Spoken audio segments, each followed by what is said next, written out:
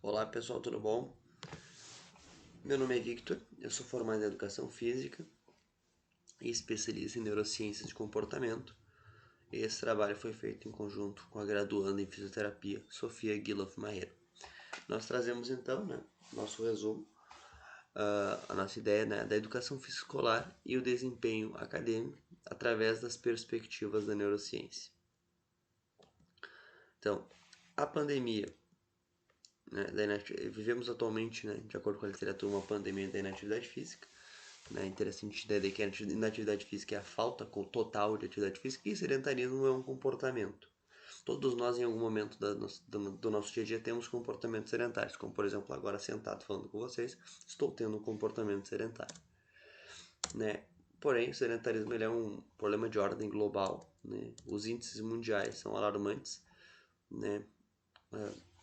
Aproximadamente 75% dos meninos e 80% das meninas a nível mundial não fazem atividade física no nível suficiente recomendado para a saúde pela OMS, 150 minutos semanais. No Brasil, esses índices são ainda maiores, sendo que quase 80% dos meninos e quase 90% das meninas não fazem atividade física de forma suficiente.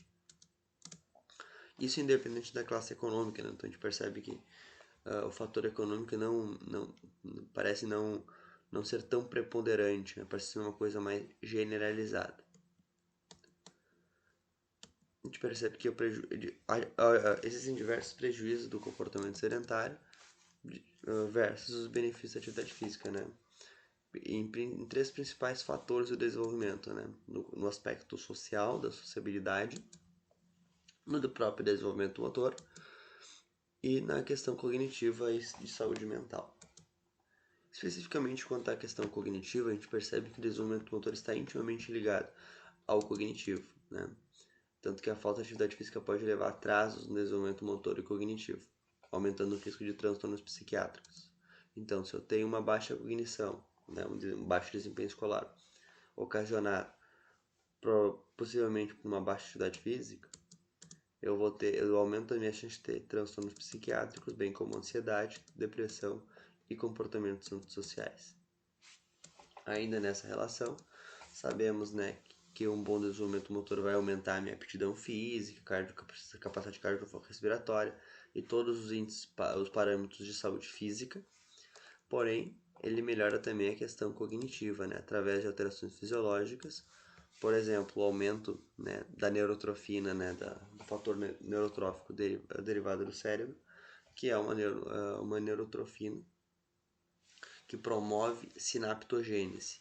O que é a sinaptogênese? É a criação de sinapses.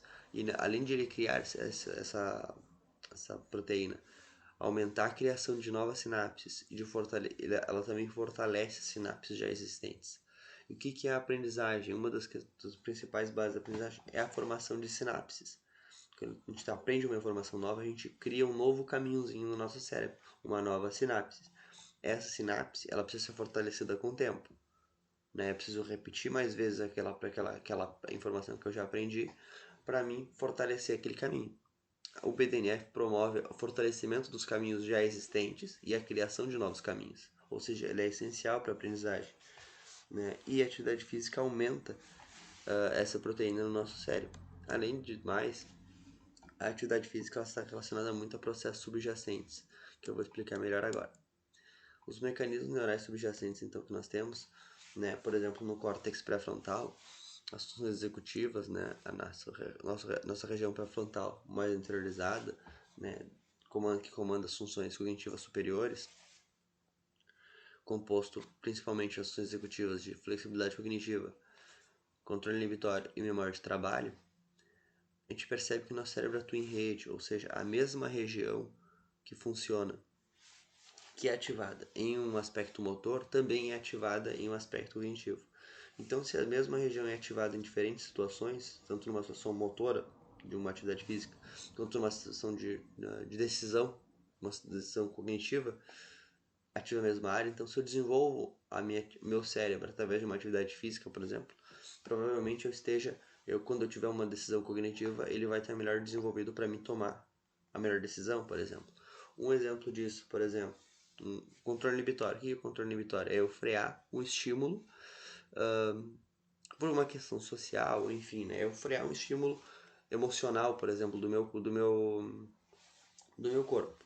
É o córtex pré-frontal que freia esse meu impulso, essa minha impulsividade. Um exemplo cognitivo clássico é, né, alguém me empurra, né, e aí, dependendo se a gente não tá num dia bom, a gente pode ficar com raiva da pessoa, porque pô, a pessoa me empurrou do nada, não tava fazendo nada, e pensa em virar e dar um tapa na cara da pessoa, um soco, enfim.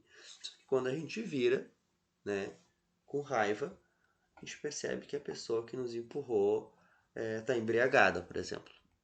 Né? E aí a gente vai fazer alguma coisa e vê que a pessoa está embriagada, nem viu que fez aquilo, né?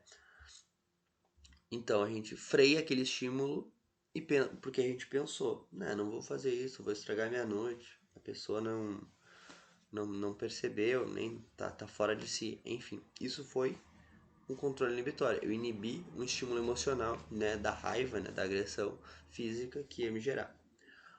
Um exemplo que usa a mesma área do cerebral na atividade física, por exemplo, eu estou correndo na rua, fazendo uma corridinha, eu não pretendo parar, eu quero seguir continuando, né, por toda aquela quadra, por exemplo, só que de repente eu olho e a 1 metro de distância da onde eu estou correndo, tem um buraco enorme, né, e aí eu tenho que parar abruptamente. Por quê? Porque senão eu vou cair no buraco.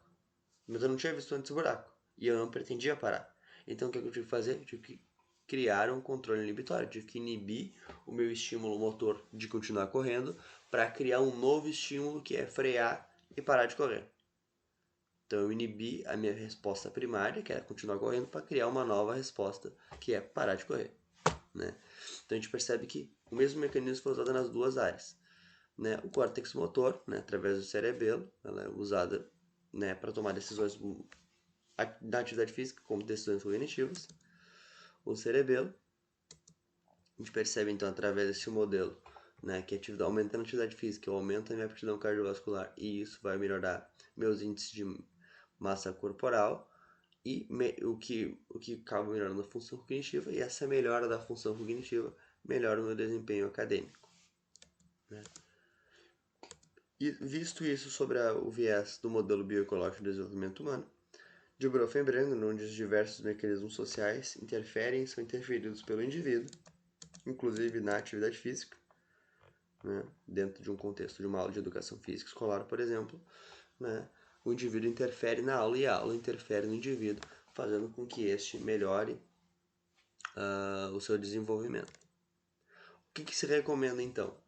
Recomenda-se então atividade física, 60 minutos de atividade física moderada vigorosa diária, né, ou seja, 300 minutos semanais na infância e na adolescência,